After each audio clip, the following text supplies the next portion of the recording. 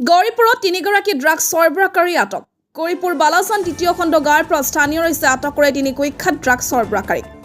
এটা ঘৰত ড্ৰাগছ বিক্ৰী কৰি থকা অৱস্থাত স্থানীয় ৰাইজে আটক কৰি বালাচান আৰক্ষীক গতাই দিয়ে।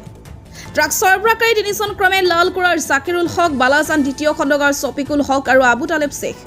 উক্ত যুৱক তিনিজনৰ বিৰুদ্ধে ড্ৰাগছৰ লগতে বহুত অনৈতিক আৰু অসামাজিক কাৰ্যকলাপৰ লগত জড়িত থকাৰ অভিযোগ উত্থাপন কৰিছে ৰাইজে।